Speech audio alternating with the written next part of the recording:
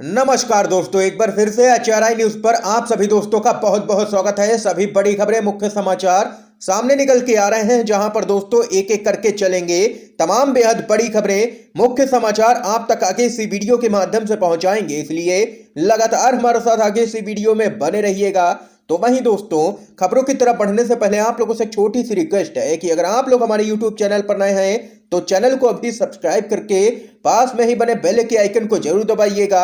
और अगर आप लोगों को आगे ये वीडियो पसंद आए तो एक प्यार भरा लाइक वीडियो को जरूर कीजिएगा। कमेंट बॉक्स में कमेंट करना बिल्कुल भी मत भूलिएगा। जय हिंद, जय भारत। पहली बड़ी खबर आप लोगों को दोस्तों बताते चलें।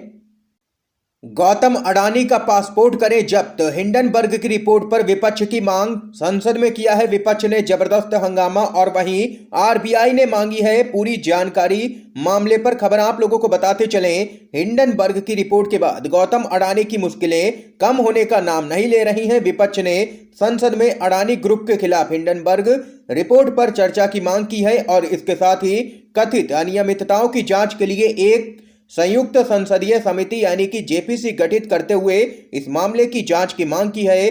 कांग्रेस के अध्यक्ष मल्लिकार्जुन खड़गे ने कहा है कि सभी पार्टियों के नेताओं ने मिलकर के एक फैसला किया है कि आर्थिक दृष्टि से देश में जो घटनाएं हो रही हैं उसे सदन में उठाना है, इसलिए हमने एक नोटिस दिया था। हम इस नोटिस पर चर्चा चाहते थे, लेकिन जब भी हम नोटिस देते हैं तो उसे रिजेक्ट कर दिया जाता है। हमने तय किया है कि सदन में इस पर चर्चा करेंगे कि जिनका पैसा एलआईसी में है या अन्य संस्थानों में है वो कैसे बर्बाद हो रहा है।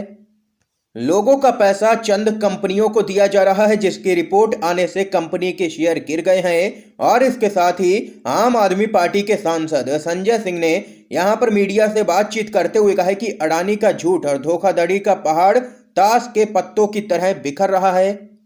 संजय सिंह ने आगे कहा है कि प्रधानमंत्री को आगे आना चाहिए और इस मुद्दे पर लोगों को संबोधित करना चाहिए। वित्त मंत्री को बताना चाहिए कि आरबीआई, ईडी और सीबीआई आखिर क्या कर रहे हैं। और इतना ही नहीं, आम आदमी पार्टी के सांसद संजय सिंह ने बताया है कि मैंने अडानी का पासपोर्ट जब्त करने के लिए प्रधानमंत्री नरेंद्र मोदी, सीबीआई और ईडी को एक लेटर लिखा है। नहीं तो वह अन्य व्यवसायियों की तरह देश से भाग जाते हैं तो करोड़ों लोग आखिर क्या करेंगे। और इसके साथ ही आरबीआई ने बैंकों से भी जानकारी मांगी है, जिन बैंकों ने अडानी ग्रुप को लाखों करोड़ों रुपए का कर्जा दे रखा है। ये यहां पर अपडेट है दोस्तों। एक और बड़ी खबर की तरफ बढ़ते हैं।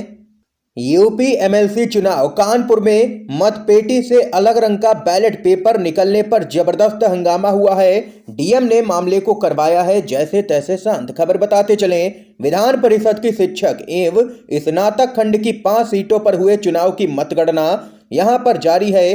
गोरखपुर, बरेली, झांसी और कानपुर में यह मतगणना चल रही है। और वहीं इस बीच एक चौंकाने वाली खबर सामने निकल के आई है। बताते चलें, कानपुर में मतपेटी से अलग रंग का बैलेट पेपर निकलने पर जबरदस्त हंगामा हुआ।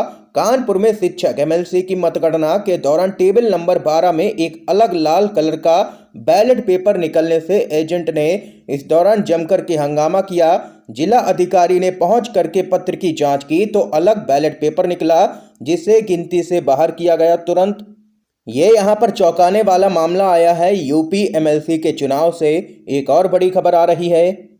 2024 लोकसभा चुनाव पर सी वोटर सर्वे के बीच इस नेता ने की है बड़ी भविष्यवाणी। कहा 300 सीटें जीतेगी कांग्रेस पार्टी। खबर बताते चले, लोकसभा चुनाव में यहां पर अब लगभग 400 दिन से भी कम का ही समय बचा है।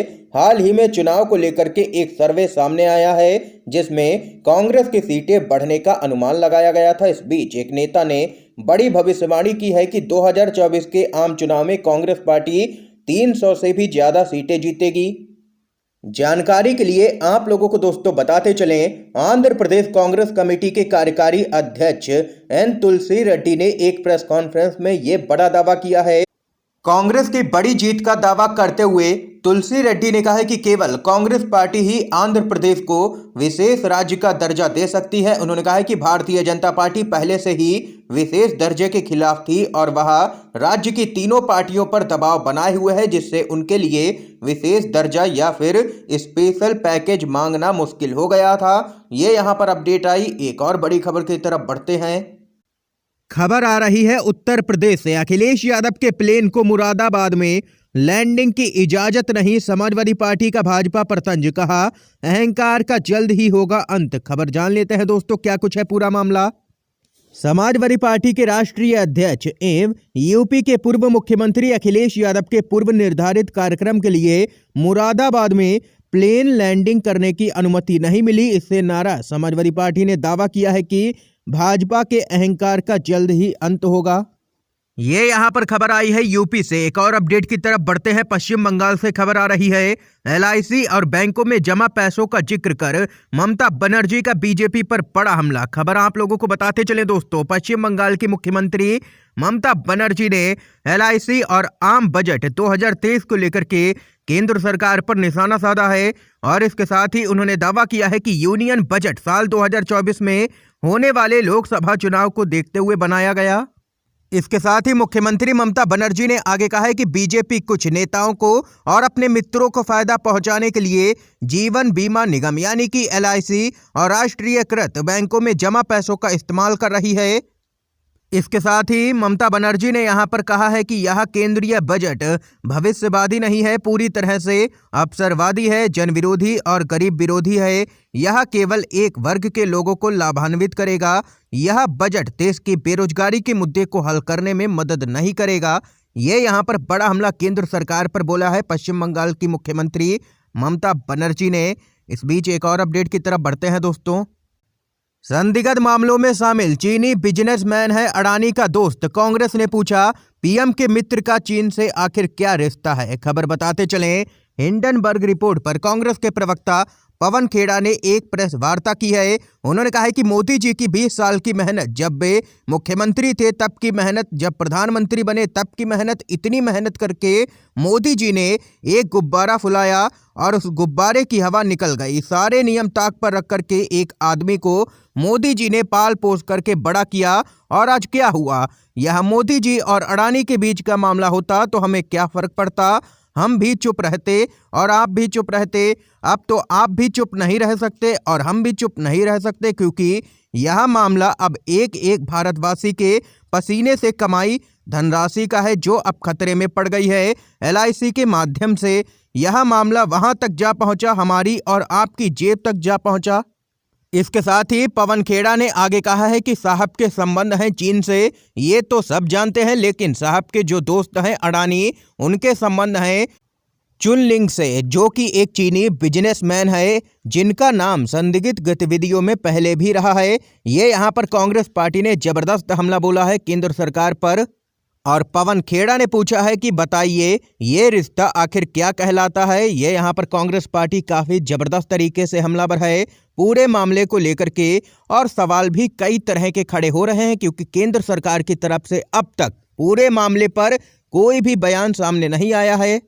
जहां एक तरफ विपक्ष संसद में पूरे मामले को लेकर के चर्चा की मांग कर रहा है, लेकिन सरकार चर्चा को तैयार नहीं हो रही है, जिसके बाद तो कई और गंभीर सवाल यहां पर खड़े हो रहे हैं। दोस्तों, इस खबर पे आप लोगों की क्या कुछ राय है, कमेंट बॉक्स में कमेंट करके अपनी राय भी बताइएगा जरूर। दोस्तों, एक और अपडेट की तरफ बढ़ते हैं।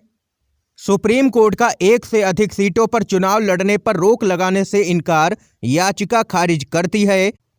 आम चुनाव में एक उम्मीदवार एक से अधिक निर्वाचन क्षेत्रों से चुनाव लड़ सकता है। इस मुद्दे पर दायर एक याचिका पर सुप्रीम कोर्ट ने कहा है कि किसी प्रत्याशी को एक से ज्यादा सीटों पर लड़ने की इजाजत विधायी नीति से जुड़ा मुद्दा है, इसलिए यह संसद का फैसला होगा कि इस राजनीतिक लोकतंत्र में यह विकल्प लोगों को मिलना चाहिए या नहीं। आप लोगों को बताते चलें, सुप्रीम कोर्ट ने उस नियम को खत्म करने से इनकार कर दिया है जिसके तहत उम्मीदवार एक से अधिक निर्वाचन क्षेत्रों से चुनाव लड़ सकता है। प्रधान न्यायाधीश डीवाई चंद्रचूड़ ने कहा है कि यह एक नीतिगत मामला और राजनीतिक लोकतंत्र का मुद्दा है। बेंच में शामिल जस्टिस पीएस नरसिम्हा और जेबी पार्थिवाला ने जोर देकर के कहा है कि इसका संसद को फैसला करना है। अधिवक्ता अश्विनी उपाध्याय के द्वारा दायर याचिका में आम चुनाव में एक उम्मीदवार को एक से अधिक निर्वाचन क्षेत्रों से लड़ने से रोकने की मांग की गई थी, जिसको यहां पर सुप्रीम कोर्ट ने खारिज कर दिया है। यानी कि कोई भी व्यक्ति अब यहां पर एक से अधिक सीटों पर चुनाव लड़ सकता है। इसके साथ ही एक और बड़ी खबर जान लेते हैं। मध्य प्रदेश विधानसभा चुनाव से पहले भाजपा की ही दिग्गज नेता उमा भारती ने खोल दिया है मोर्चा। क्या कुछ है पूरा मामला, खबर बताते चलें। मध्य प्रदेश सरकार ने वित्तीय वर्ष 2023-24 में शराब से 14,000 करोड़ से भी अधिक का राजस्व जुटाने का लक्ष्य रखा है। नई शराब नीति भी जल्द ही आने वाली है और वहीं दूसरी तरफ प्रदेश में शराब के खिलाफ मोर्चा खोले बैठी पूर्व मुख्यमंत्री और भाजपा की दिग्गज नेता उमा भारती ने यहां पर चेतावनी दे दी है कि यदि नीति में उनके सुझाव शामिल नहीं किए गए तो यहां पर फिर परिणाम भुगतने होंगे। लगातार उमा भारती अपनी ही सरकार के खिलाफ मोर्चा खोले हुई नजर आ रही हैं, वहां भी विधानसभा चुनाव से पहले, जिसके कारण राज्य के अंदर लगातार सरकार की फजीहत हो रही है। ये यहाँ पर दोस्तों इस समय की आज की तमाम बेहद बड़ी खबरें, मुख्य समाचार थे जो हमने आप लोगों तक पहुंचाए। अगर आप लोगों को ये वीडियो पसंद आया हो तो अभी इस वीडियो को लाइक कीजिएगा, ज्यादा से ज्यादा इस वीडियो को शेयर कीजिएगा अपने सभी दोस्तों में, ताकि आप सभी के दोस्त भी इन मुख्य समाचारों को जान सकें। वीडियो देखने के लिए दोस्तों आप सभी का बहुत बहुत धन्यवाद।